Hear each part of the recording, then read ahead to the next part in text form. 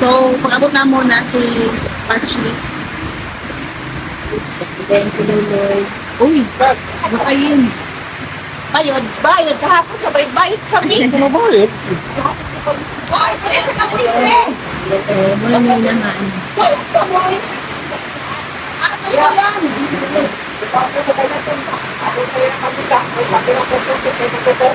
Ay, ba ba, mahal? Nag-improve na ang banal and gumisyohin na lang natin.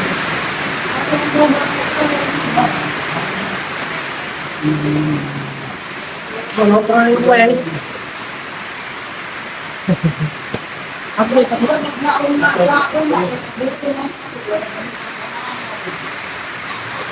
Are you ready to see the Lord?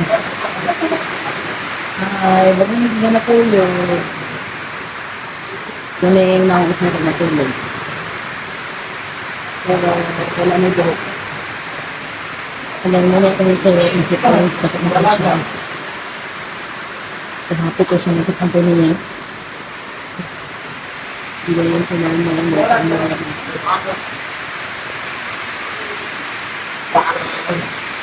Rale pa,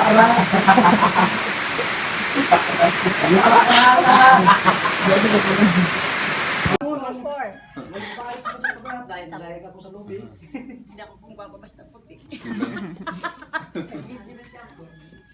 Video ka. Ante.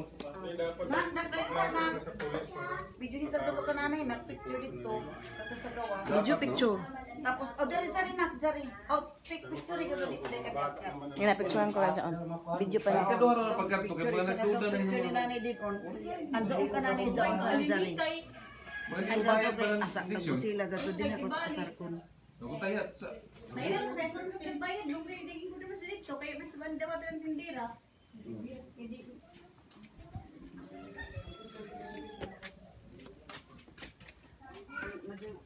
Ang itira lang kung tagbayaran ganit ko, ano ba?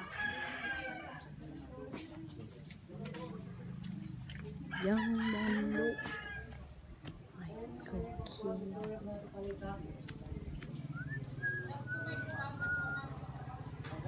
Nanay.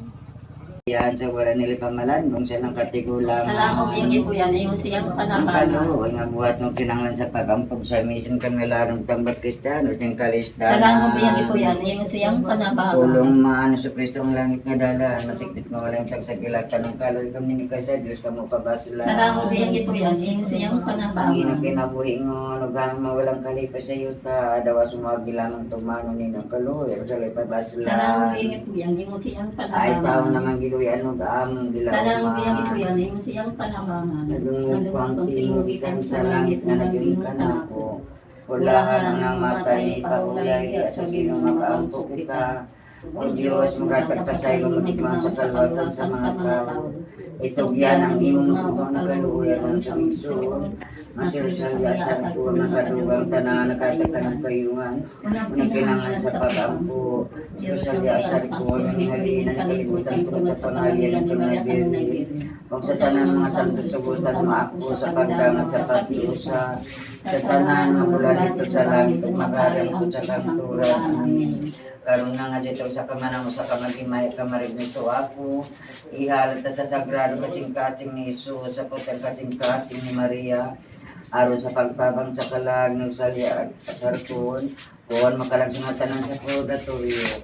Amahan ang mga nakasalang pagdaig ng ngalan ng abot ka naman ang ginarian na ito. Mahan ang pagbuti ni sa iyo tamin sa langit. Nakalanlang sa matagal na itong panahon kalunagawa ko dahil kami sa among mga saray na napatasayo kanina kakalakan na among hindi kami ito yan sa panulay din ang abot sa kanila. Magimaya ka Maria, na puno ka sa grasya ginong Diyos anak kanimo bulahan ko sa babay nga tanan. Bulahan ako sa bangbunga sa tiyan mga Santa sinso. Maria.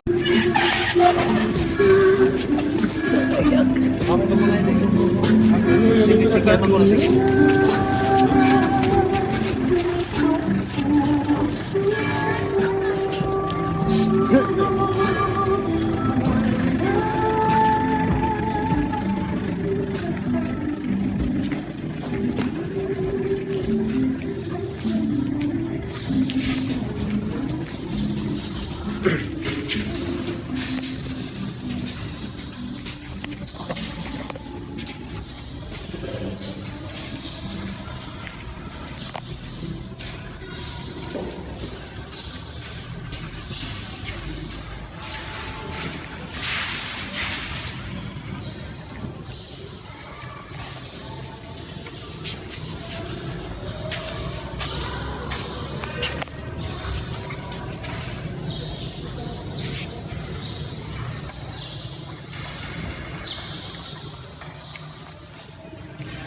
Parang piling ko may iyak ako.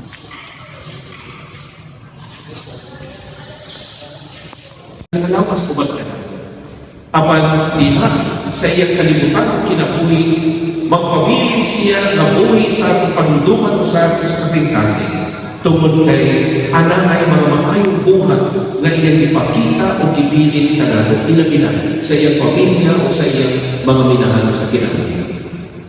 Wala na siya kini apatapon na siya sa tinungod na ulingan. Mawinaw na nga, there is not saying goodbye. There is welcoming. Pag-welcome ka niya nandito sa tinuod na pagpulian. Nahinungtod kita na si Juan Usam nag-ingon ka nato diya sa ibang ganyo. Mingon ang Ginoo, ayaw ka pag-uol, ayaw ka kahanlong. Salit ka sa Diyos o salit ka na tungod kay sa balay sa akong amahan, anong may daghang mga lawag. O pag-anda ako og lawag, alang kanina. O kumaanda ko na kini, mubalik ako kaninyo ang kuhaan ko kamo. Ang bisang asa ako, ato ang ako. So, nagisgot siya rin yung mga igsoon na muabakin ang mga adlaw ng di usahaw nandito sa atong amahan.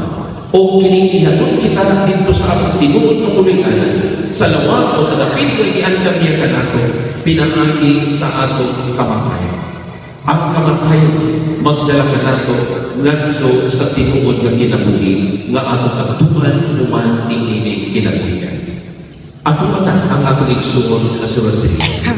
Malipayon na siya uban sa Diyos o uban sa iyang mga palaan. Mga igsoon, atong iampo ang matagusan nato din. Kaya kung usahay sakit para ka nato ang mawala ang atong mahal sa kinabuhi na si Rosalia. Kana tungod kay kita tawhan. Tungod kay siya na yung kabahig sa atong kinabuhi sa daghang mga katuigan, siya nakikuban ka nato. O kanunay kamingaw nga mahitabo. O kanang iyo nato ang panagbulan o kanang separation, mao ka na ang nagdala ka nato ni anang kabulan. Tungod kay isod nga mawala ang atong mahal sa kinabuhi.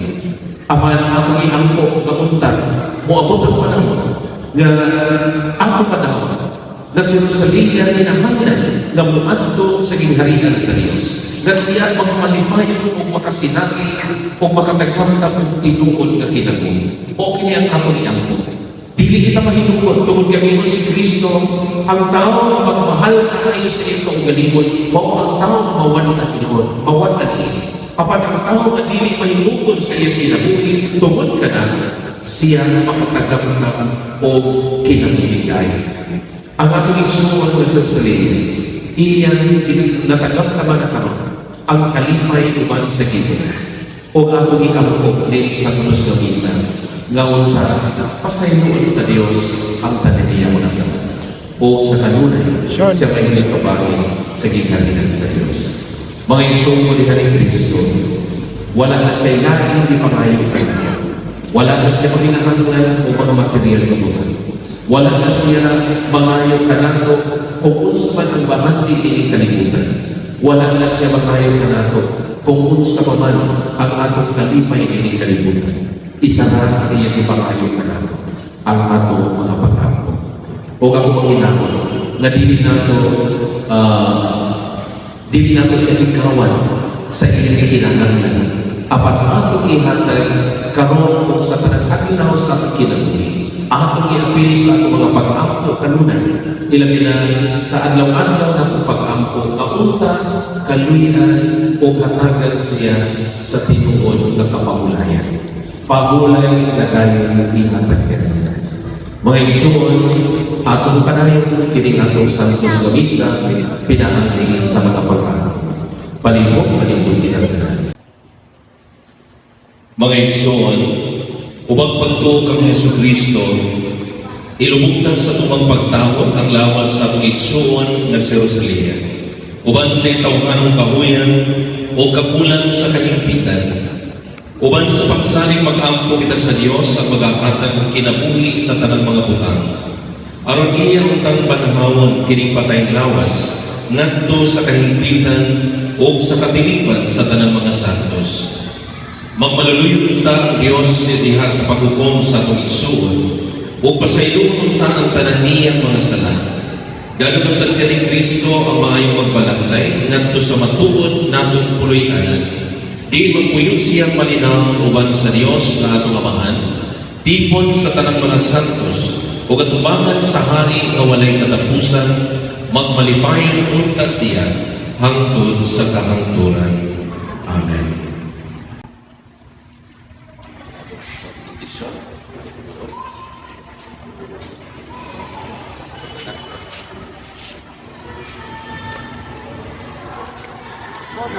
Sige na magsuot.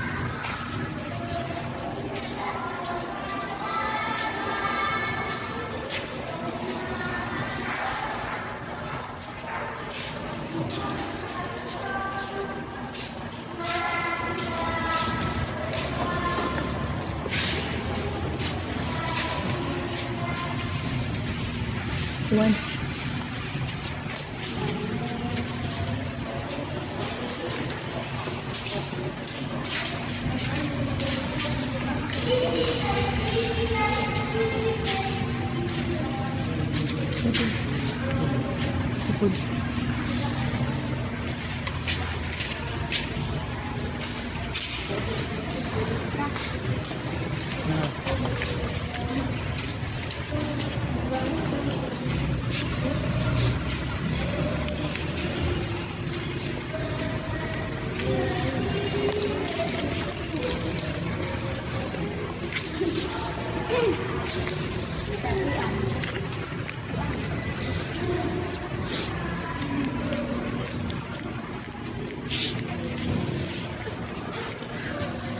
Sa mga pag-aapo ang atong itubag, dawata ang iyang kalag ug nagasyanan to sa Dios ang labing halagdon.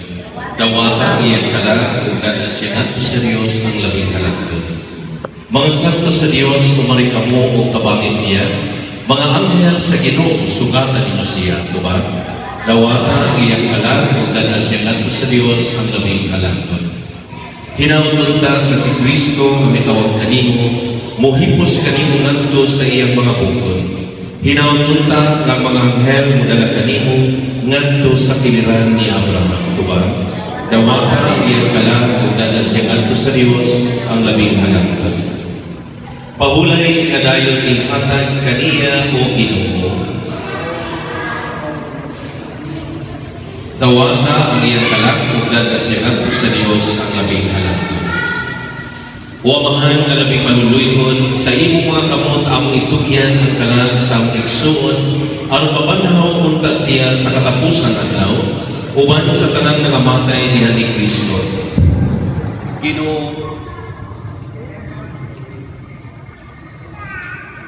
Ginoo, sa imong dakong kaluoy dawata ang among paggampo, aron nablihan unta ang mga ganghaan sa paraiso alang sa imong sulugoon.